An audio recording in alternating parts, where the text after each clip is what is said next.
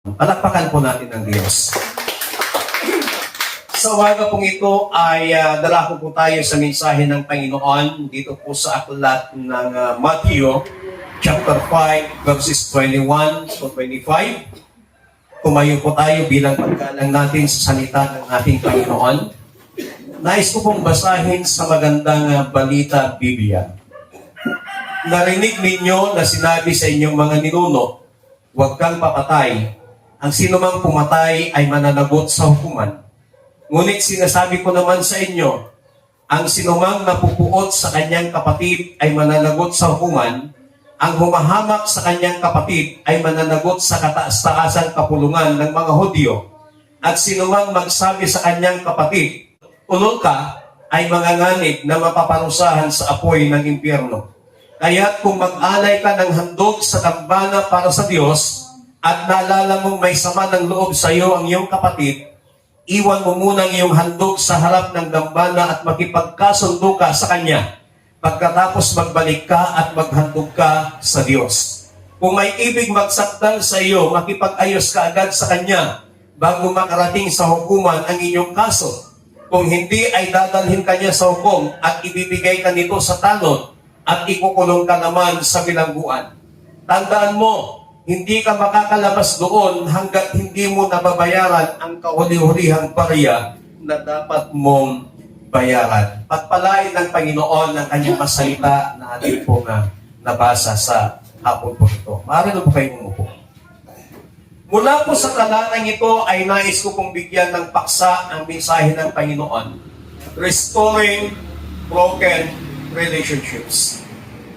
Gusto ko lang pong ipaliwanag, baka sa ibang version ng Biblia po ninyo, sa King James Version o sa ibang Tagalog na version ng inyong Biblia, ay may mabasa pa kayong raka doon sa chapter 5 verse 22 na baka hindi nyo maunawan bakit may salitang raka doon. Pero dito po sa magandang balita Biblia, wala po siyang binanggit na raka. Pero sa ibang version na Tagalog, lalong-lalo na sa King James Version, ay may binanggit po siyang raka doon sa Matthew chapter 5 verse 22. So yung binanggit po doon na salitang raka ay isa pong salitang Aramaic na ginagamit noong panahon ng ating Panginoong Hesus. Ang raka po ay nangangahulugang walang laman o walang kabuluhan. Ito ay isang mapanlait o mapanlibak na salita. So parang tawag na hangal, tanga, bubo. Yan po ang ibig sabihin ng raka. At sa kultura po ng mga Hudyo, ito ay isang matinding insulto, hindi lang sa talino ng tao, kundi sa kanyang pagkatao. At ipinakita po dito ng ating Panginoong Hesus na ang galit at pag-insulto ay kasalanan sa harap ng Diyos na hindi lang ang pisikal na pagpatay. So pag sinabi mong raka ang isang tao, ito ay tanda ng paghamak at pagmamataas. Pag tinawag mong raka ang tao, ito ay sinabihan mo siyang hangal, sinabihan mo siyang tanga, sinabihan mo siyang bubo. At yan ay matinding insulto sa pagkatao ng isang tao doon sa kultura ng mga Hudyo. Pero ito din po ay tinalakay ng ating Panginoong Hesus dito po sa ating pong teksto. Yung ating pong paksa ay restoring about relationships. All of us have experienced relationship. Relationship sa pamilya, relationship sa magkakaibigan, relationship even sa loob ng church, nagkakaroon ng hindi pagkakauna-unawaan. Nagsisimula po yan sa misunderstanding, sa pride, sa mga masasakit na salita na kung saan ay nagkikreate ito ng distance between doon sa puso ng tao. But God does not want us to live in bitterness or division. He is a God of restoration and forgiveness. And Jesus, as He restored us, He calls us to restore our relationship with others. God wants us to forgive and restore broken relationships just as it forgive us and restored us. But ang tanong is, how can we restore broken relationships in a way that pleases God? Papaano po natin mapapanumbalik ang nasira, ang nabasag na relasyon sa paraan na kung saan ay napapapurihan ang Panginoon? Wala pong perfectong relationships. Sa relationship ng magkakaibigan, meron kayong mga nagiging alitan. Meron kayong mga nagiging tampuhan. Sa relasyong magkakapatid, sa laman, sa loob ng pamilya, merong tampuhan, merong alitan. Even sa relationship na magkakapatid sa loob ng church, may mga alitan, may mga tampuhang nangyayari. But kapag dumarating ang mga ito, papaano natin muling mabubuo ang nasira o ang nawasak o nabasag na relationship sa bawat isa? To restore broken relationship, let us look of a few simple steps God wants us to take. Dito sa ating binasa, para ma-restore natin ang isang relationship, titingnan po natin dito yung mga hakbang na nais ng Panginoon na dapat po nating gawin. Number one, the reality of broken relationships. Yung katotohanan ng isang nawasak o nasira na relasyon. Ulitin ko po, no relationship is perfect. Sino bang may mga kaibigan dito? Lahat tayo may kaibigan. Huwag mong sabihin hindi kayo nagkatampuhan ng kaibigan mo. Huwag mong sabihin hindi kayo nagkasakitan, nagpalitan ng masasakit na salita ng kaibigan mo. Even sa loob ng pamilya, sa bahay na lang namin, may mga time na nagkakapalitan kami ng maanghang na mga salita. Because we are all humans. Pero kapag nakapagpalitan kami, after that, kapag nag-usap-usap, nabubura ang lahat ng mga nasabi, nagitawang mga salita. Misunderstanding, pride, hurtful words can cause division. Yung hindi pagkakaunawaan, yung pride, yung mga masasakit na salita, ito po ay maaring pagmulan ng paghiwa-hiwalay o division. And even strong friendships or families can fall apart. Meron pong nangyari sa Biblia na nagkahiwalay. Noong time na sila Pablo at Barnabas, nagkaroon ng alitan. Ang pinagmulan po ng alitan ni Pablo at Barnabas, matapos ang unang misyonary na paglalakbay, nagplano sina Pablo at Barnabas na bumalik sa mga lugar na kanilang pinuntahan upang palakasin ang mga bagong iglesia na kanila pong naiplant. Sa unang missionary journey kasi, nagtanim ng salita ng Panginoon si Pablo at saka si Barnabas, at sa kanilang muling pagbabalik, gusto nilang balikan yung mga pinuntahan nila noon upang sila ipalakasin. Si Barnabas ay gusto niyang isama si John Mark sa kanilang paglalakbay, sa kanilang pagbabalik. Pero si Pablo ay tumutol. Ayaw niyang isama si John Mark. So doon nagkaroon ng alitan sina Pablo at Barnabas. Ang prinsipyo ni Pablo, iniwan na ako nung una. Nung unang missionary journey kasi ni Pablo, sumama si John Mark. Subalit nung kasagsagan ng pagsubok, nung kasagsagan ng laban doon sa missionary journey, iniwan ni John Mark si Pablo. So mag-isa na lang si Pablo doon sa missionary journey. At sa pangalawang pagbabalik, ito na. Si Barnabas gusto niyang isama si John Mark. Pero si Pablo ay nagmatigas.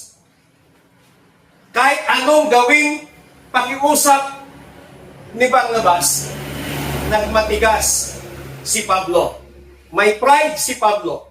Ang sabi ni Pablo, iniwan na ako nung una. Sigurado iiwan na rin niya ulit ako niya.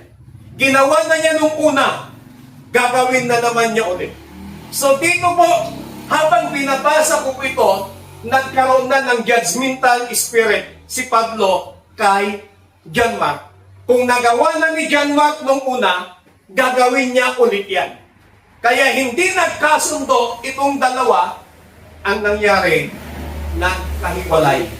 Kaya ang ginawa ni Barnabas, dinala niya si John Mark at si Pablo, ibang tao naman yung kanyang sinama. So yung magandang samahan ng kanilang mission, dahil doon sa pride ng Apostol Pablo, na pilit namang may namamagitan, pilit namang may umaayos na si Barnabas, pero si Pablo, nasaktan yung kanyang ego, nasaktan yung kanyang pride.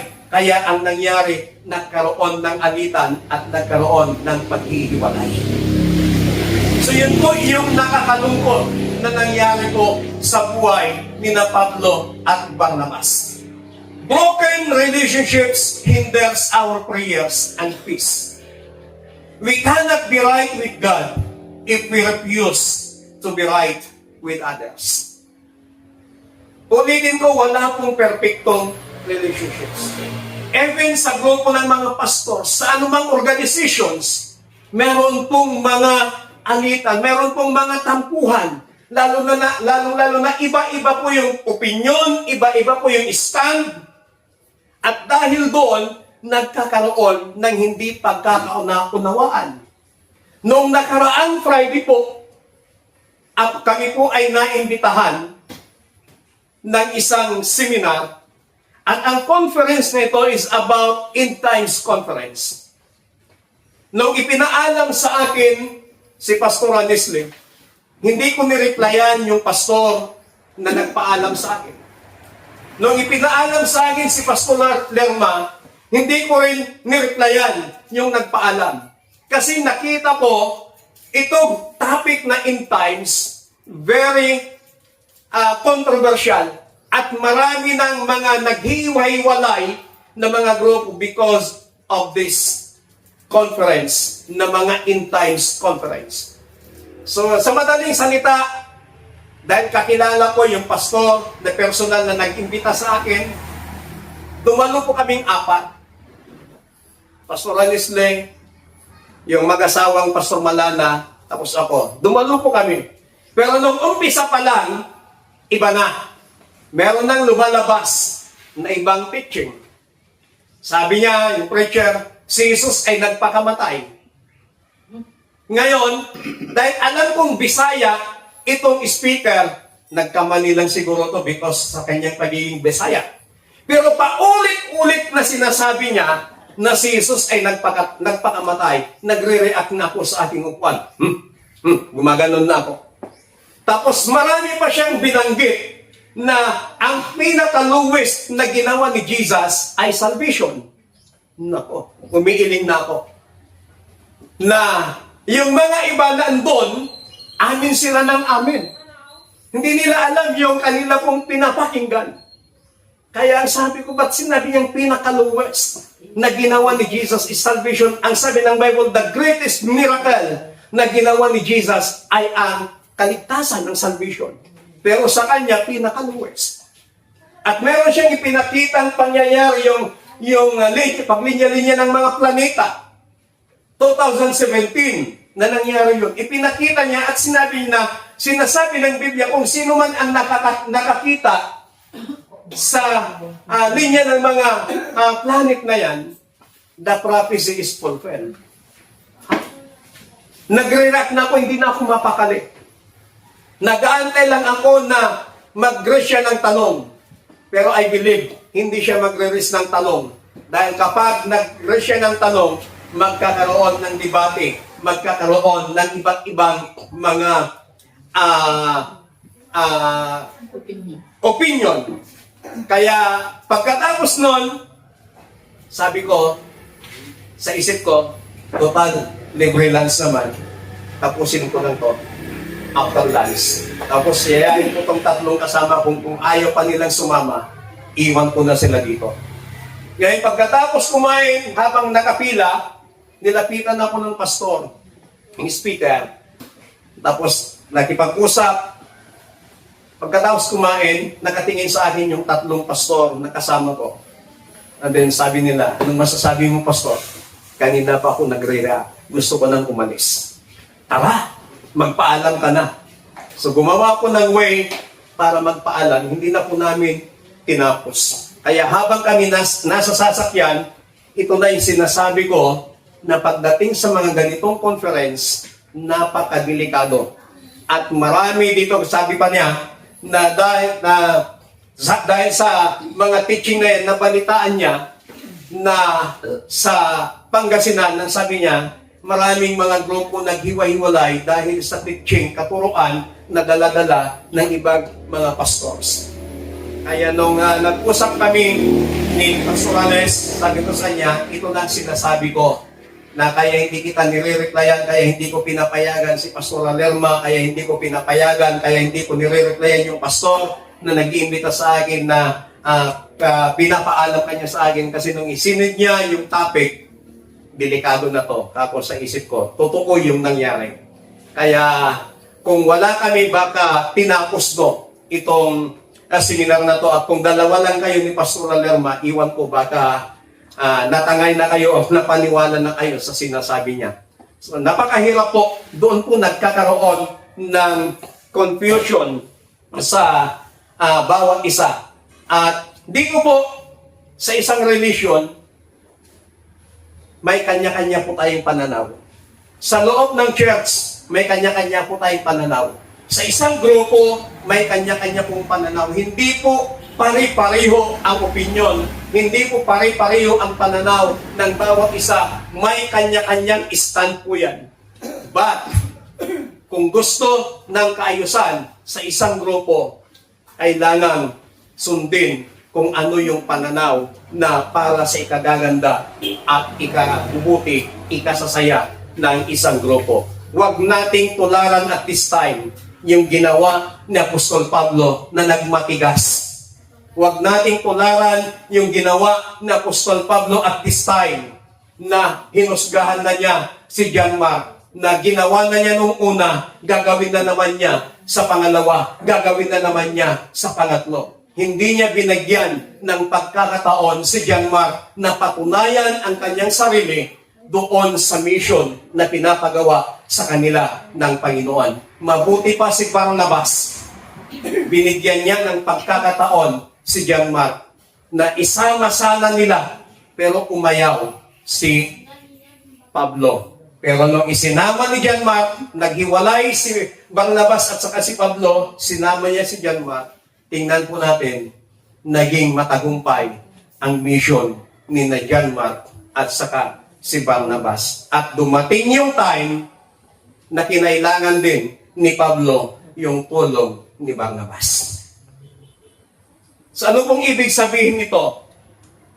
Kapag merong hindi pagkakaunawaan at kapag meron pong isang tao, yung isang grupo, at ayaw niya po na magmamatigas kahit saang grupo po yan, hindi po maayos ang isang broken relationship. Ang mangyayari yan, magkakaroon ng hiwalay. Kaya nagkakaroon ng division, split ng mga organization, split ng mga local churches kasi merong ayaw magpaayos. Although na may gustong maayos pero may ayaw magpaayos. So sana sa atin po, kapag makaranas po tayo ng mga broken relationships, anumang broken relationship man, relationship bilang magkakaibigan, relationship bilang magkakapatid sa Panginoon, sana laging umiral yung maayos ang lahat para sa ikabubuti at ikagaganda ng isang grupo. Amen? Palakpakan natin ang Panginoon. Number 2, the reason for restoration. Bakit kailangan nating ma-restore? O bakit kailangan nating i-restore yung isang broken relationship? Because God restored us first through Jesus. Bakit kailangan nating i-restore? Sapagkat tayo mismo ang unang ni-restore ng ating Panginoong Diyos sa pamamagitan ng ating Panginoong Jesucristo. Sa 2 Corinthians chapter 5, verse 18 to 19, ang sabi po dito, ang Diyos ang gumawa ng lahat ng ito sa pamamagitan ni Kristo, ibinilang niya kaming mga kaibigan at hindi na kaaway. At pinagkatiwalaan niya kami upang maglingkod ng sa gayon ang mga tao ay maging kaibigan rin niya. Ang ibig sabihin, sa pamamagitan ni Kristo, ang mga tao ay ibinilang ng Diyos na kaibigan at hindi na niya tinatandaan ang kanilang mga kasalanan at kami naman ay inatasan niyang ipamalita ito. Napakaliwanag po ang sinabi ng banal na salita ng ating Panginoon na dati tayo po ay itinuring, ibinilang na kaaway ng Diyos. Why? Because of sin. Dahil doon sa kasalanan, sa buhay ng isang tao, kaya itinuring ng Diyos na kaaway niya ang tao. But because of Jesus Christ, inabot niya ang tao, nirestore niya ang tao, inilapit niya sa Diyos Ama, kaya yung pagiging kaaway na turing ng Diyos sa tao, ito'y ginawa na niyang kaibigan. At ang sinabi ng Biblia, ang ibig sabihin, sabi dito, sa pamamagitan ni Kristo, ang mga tao'y ibinilang ng Diyos na kaibigan at hindi na niya tinatandaan ang kanilang mga kasalanan. Because of Christ, God forgive us. Because of Christ, God restored us. At ang napakagandang balita na sinasabi dito, kailanman ay hindi na tinatandaan ng Diyos ang ating mga kasalanan. Amen? Gaano man kadami, gaano man kalaki yung kasalanan ginawa natin, but noong ikaw ay nirestore ni Christ, noong ikaw ay tinatawag ng Diyos, hindi na niya tinatandaan ang kasalanan mo. Burado na ang lahat ng kasalanan mo sa harapan ng Panginoon. Palakpakan natin ang Diyos. At bilang recipient ng biyayang ito ng Panginoon, we are called to be peacemakers. Healing relationships reflects God's heart to the world. Kapag nagagamot ang isang wasak, ang isang nasaktan na relationship, ito'y nagpapakita ng puso ng Diyos sa sanlibutan. Kapag naayos ang isang nasirang relationship, ipinapakita dito ang puso ng Panginoon. And when we forgive others, we show that we truly understand how much God forgive us. Hindi tayo pare-pareho ng mga pagkukulang. Hindi tayo pare-pareho ng ginagawang kasalanan. Nakapagsinungaling ka, nakapagsinungaling siya, nakapagsinungaling ako, nakapagsinungaling tayong lahat. But iba't ibang aspeto nga lang yung nagawang pagsisinungaling. But in the sight of God, pagsisinungaling yun. At kapag naranasan nating pinagsinungalingan, huwag nating sabihin na nagsinungaling na nung una, wala na akong paniniwalaan, lahat na nang sasabihin niya, puro sinungaling yan. Gayahin po natin si Barnabas. Bigyan natin ng pagkakataon ang isang tao na nagkulang, ang isang tao na nagkamali, ang isang tao na may nagawang hindi maganda sa atin. Huwag nating gayahin si Pablo at this time na nagmatigas ang kanyang puso at nanghusga kay John Mark na wala nang ibang gagawin si John Mark na mabuti, kundi ang mang-iiwan at mang-iiwan pa rin. Pero si Barnabas, binigyan niya ng pagkakataon si John Mark. So forgiveness is not weakness. It is the strength of love. Kung natuto tayong magpatawad, at kung kaya natin magpatawad sa mga taong nakasakit, sa mga taong nakagawa ng pagkukulang, pagkakasala sa atin, hindi yun kahinaan. Kundi yan ay kalakasan ng pagmamahal ng Diyos sa atin. Amen? We restore others because God restored us. Tayo po, kapag unbeliever, yung nire-restore natin, lahat ng consideration, lahat ng pangunawa, ibinibigay natin. Sinasabi natin, God is a God of another chance. Pero kapag kapwa natin mananampalataya, yung nagkasala, pag kapwa natin mananampalataya yung nagkulang,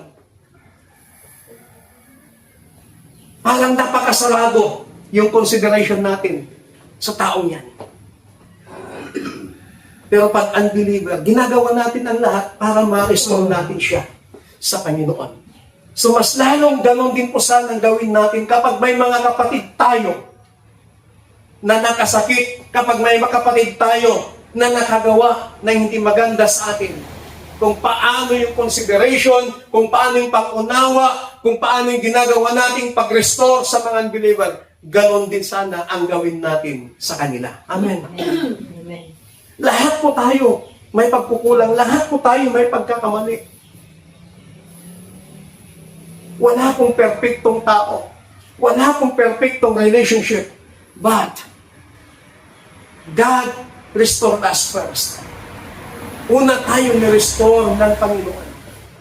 Kaya dapat lang na dahil recipients ka ng restoration na ginawa ng Panginoon, dapat maging restorer din tayo sa iba, sa ating mga kapatid, sa ating Panginoon. Palakpakan natin ang Diyos.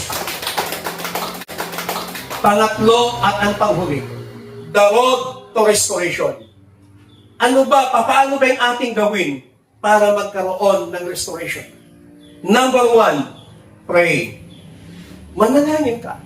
Ask God to soften your heart. Manalangin ka, hingin mo sa Panginoon na maging manambot, maging bukas ang iyong puso. Kung naalala po ninyo, meron pong nagsakdal sa akin dito, noon, dito sa Barangay Sabi. Nagharap kami sa barangay. Hinusgahan ako. Ginawan ako ng kwento na hindi tama. At kung sa tingin po natin, moral damage, na pwede kang magpabayad dahil sa moral damage na ginawa niya. But nung nag-usap kami sa barangay, nung humingi ng tawad, pinatawad ko po siya. Anong sabi ng mga barangay official? Napakabait namang pastor nito. Humingi ng tawad, pinatawad ka agad. Wala nang maraming pag-uusap doon sa barangay. Nung narinig kong humingi ng tawad, pinatawad ko na. Kasi the Bible says, papaano ako patatawarin ng Diyos kung hindi ako marunong magpatawad sa taong nagkasala sa akin? Kaya may time na tong taong ito, nung nakita niya ako, hindi ko man in-expect, nakita niya ako sa tabing kalsada. Bigla niya akong tinawag, Pastor! Nilapitan niya ako, kumusta na? Naramdam ko wala siyang galit sa akin. Wala siyang puot sa akin. Masaya siya. Sabi ko, sige nga, selfie tayo. Nag-selfie pa kami. At nagsabi pa siya, pag nagagawin ka dito, Pastor, daan ka lang dito. So pray para mabuksan, mapalambot ng Diyos ang ating mga puso. Pangalawa, initiate. Don't wait for the other person. Take the first step. Initiative. Ano pong sabi ng ating binasa sa Matthew chapter 5, verses 23 to 24? Kaya't kung mag-aalay ka ng handog sa dambana para sa Diyos at naalala mong may sama ng loob sa iyo ang iyong kapatid, hindi ikaw ang may sama ng loob, yung kapatid mo ang may sama ng loob, iwan mo muna ang iyong handog sa harap ng dambana at makipagkasundo ka sa kanya pagkatapos magbalik ka at maghandog sa Diyos. Hindi sinabi ng ating Panginoong Hesus na kung maghahandog ka sa dambana ng Panginoon at maalala mong may sama ka ng loob sa kapatid mo. Hindi ganun yung sinabi niya. Maalala mong may sama sa iyo ng loob ang kapatid mo. Iwan mo muna yung handog mo at makipagkasundo ka sa taong yun. So you must take the initiative. Ikaw na ang gagawa ng unang hakbang. Pag ikaw ang gumawa ng unang hakbang, it doesn't mean na yung binibibi mo yung tao, it doesn't mean na lagi mong pinapaboran ang tao, but you take the initiative. Sinusunod mo lamang yung sinasabi ng Panginoon na we must take the first step. Ano yon? Ikaw yung gagawa ng paraan para maabot mo, mapuntahan mo, makausap mo, at magkaroon kayo ng pag-uusap, magkaroon kayo ng pagkakasundo ng taong may sama sa'yo ng loob.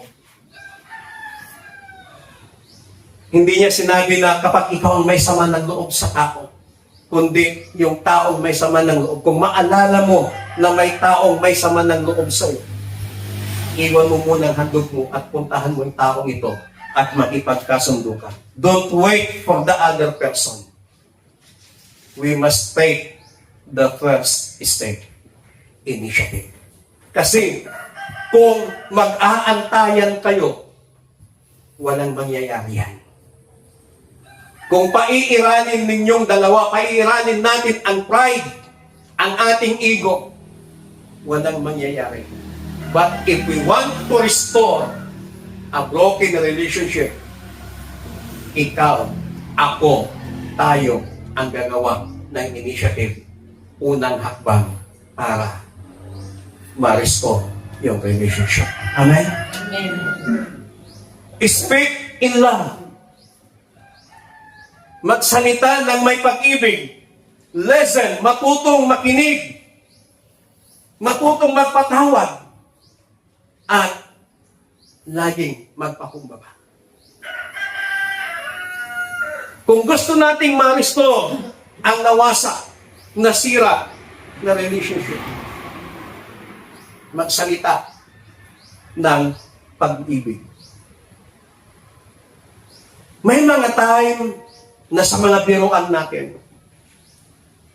hindi ko sinasabing masama, hindi na kailangan ang mag-joke, magbiruan.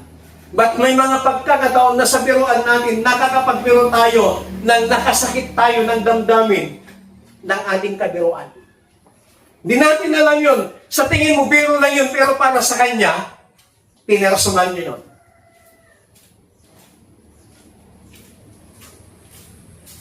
Sometimes, may mga pagkakataon na tayo po ay nakakapanghusga ng tao. But at this point of time, ang sinasabi ng Panginoon, we must speak in love. Not speak in judgment, but speak with love. We must listen, we must forgive, and we must be humble. Matuto tayong makinig. Lahat may explanation. Sa korte nga, kahit ginawa mo na yan, kahit kasalanan mo na yan, binibigyan ka pa rin ng pagkakataon para dipinsahan ang iyong sarili at ipaliwanag, ipagtanggol ang iyong sarili. Minsan, sa tao, sa atin, nahusgahan na ang tao. Hindi na natin nabibigyan ng pagkakataon. Pag nagpapaliwanag, Hinahayaan natin. Pero at this point of time, speak in love. Matutong magpatawad at matutong magpakumbaba. Pang-apat at ang panghuli, forgive fully. Matutong magpatawad. Let go of the heart, not just the memory. Kapag ikaw ay nagpatawad, hayaan mo na yung sakit na dulot nung nagawang hindi pagkakunawaan. Hayaan mo na yung sakit na dulot ng nabitawan niyang masakit na salita. Kasi nagpatawad ka na fully. Ang Diyos nga, nung pinatawad niya tayo, nung sabi ng Biblia, hindi na niya tinandaan ang kasalanan ginawa mo. Hindi na niya tinandaan ang kasalanan ginawa ko. Hindi na niya tinandaan ang kasalanan mo. Kasalanan natin. Pinatawad tayo buong-buo yung ginawang pagpapatawad ng Panginoon. Pero kung nanatili, umiral yung pride ng Diyos, na kahit anong gawin ni Jesus, at sinabi ng Diyos, hindi! Kaaway kong tao yan, walang kapatawaran yung ginawa nila. Pero hindi umiral yung pride ng Diyos. Umiral yung kanyang love. Umiral yung kanyang grace. Umiral yung kanyang habag. Kaya nung ginawa ni Jesus, ipinagkasundo niya ang tao sa Diyos. Kaya dapat matuto din po tayo to become the recipients of this grace. Maging peacemaker po tayo, matuto tayo makipagkasundo, ipagkasundo ang tao sa Diyos at sa mga nakasaktan ng bawat isa. Anong sabi ng Biblia sa Matthew? Blessed are the peacemaker, for they shall be called the Son of God. Broken relationships can be healed when we obey God's call to forgive. Kahit gaano man kalala, kahit gaano man kasakit, yung mga nabitawang salita ng bawat isa, mabubura ang lahat yan kung matutong magpatawad ang bawat isa. Matthew chapter 5 verse 9, Blessed are the peacemakers, for they shall be called the children of God. Mga kapatid, sa hapon po ito, God wants us to become the restorer of a broken relationships. Tayo ang magiging daan. Kung kailangang ibaba natin ang ating sarili para maabot natin ang mga tao, gagawin po natin yun as the recipients of the grace of God. Si Jesus, bagamat siya Diyos, pero hinubad niya ang kanyang pagiging Diyos at siya'y nagkatawang tao upang ikaw at ako ay kanyang maabot. Nakisalamuha, nakitira sa atin, nakisama sa mga tao. Nakikain kung anong kinakain ng tao, kinakain niya. Sinabayan niya ang buhay ng tao. Inabot niya talaga ang tao. Hindi naghintay si Jesus na tayong lalapit, pero si Jesus ang lumapit sa tao. He take the initiative upang tayo ipagkasundo sa Diyos. And thank God because sa ginawa ni Jesus. Ay nga pong lahat ay tumayo. Awitin na natin muli yung inamit natin kanina sa worship. Na habang inaawit natin ito, ano bang nakita ng Diyos sa atin? Bakit gano'n na naman yung ginawa niyang pagpapahalaga? May lyrics sa song na yan na kinalimutan, pinatawad ng ating mga kasalanan. Hallelujah! Oh, we worship Jesus. Habang inaawit po natin ang song na to, meditate the message of the song, meditate the message of God, and allow the Holy Spirit to speak sa our heart. Hallelujah.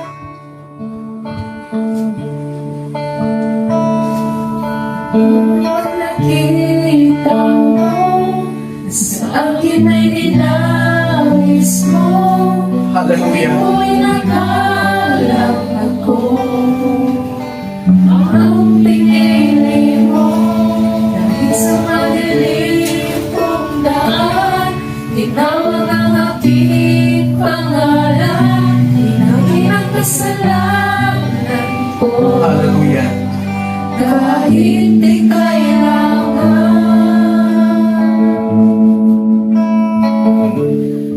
Habang nakita mo, Yes, Lord. akin ay ninais mo.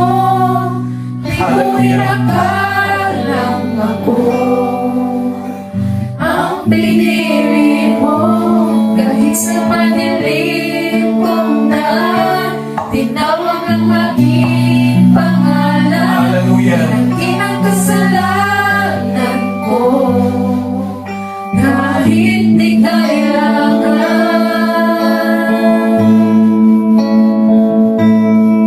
Sa iyong yakap, Oh, Jesus. ako'y nabibitaw. Sa iyong tawag, Hallelujah. laman ng puso ko'y ikaw. Ginawa mo ang lahat kahit di man ako dapat. Pag-ibig mo sa akin ay sapat. Kapag nakita mo sa akin ay nais mo, di ko inakalang ako. Oh, Jesus. Ang pinili mo dahil sa madilim kong daan. Tinawag ang aking pangalan. Tinangin ang kasalanan ko. Kahit di kailangan sa iyong yakap, ako'y di nabibitaw. Sa iyong tawag, Glory. laman ng puso ko'y ikaw. Ginawa mo ang lahat kahit di ko tapat. Pag-ibig mo sa akin ay sapat. Sa iyong yakap, ako'y di nabibitaw. Sa iyong tawag, laman ng puso ko'y ikaw. Ginawa mo ang lahat kahit di ko tapat.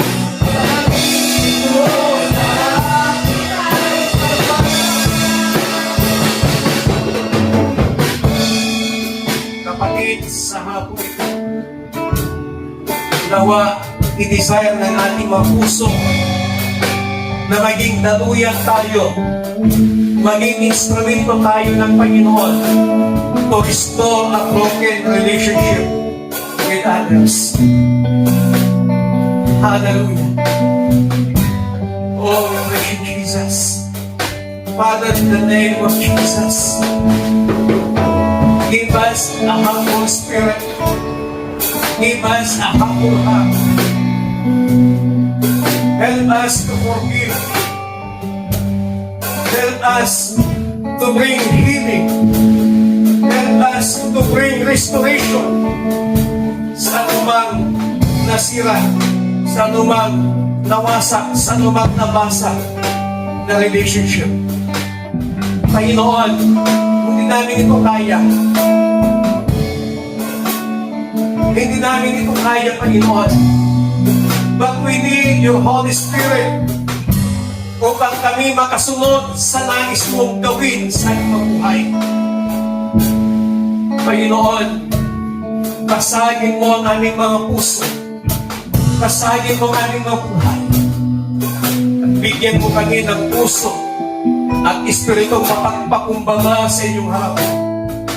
Bigyan mo kami ng pusong espiritu na marunong magpatawad. Bigyan mo kami ng pusong espiritu na gumawa ng initiative katulad ng ginawa ni Jesus, na siya ang lumapit, Siyang gumawa ng paraan para ang tao ay makapagbalik sa Diyos. Panginoon, help us to become the instruments na maging restorer ng anumang nasira, ng anumang nawasak, ng anumang nabasag na relationship.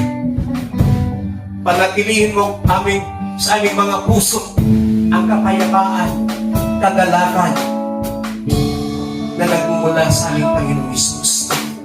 Holy Spirit, continue to control our emotion.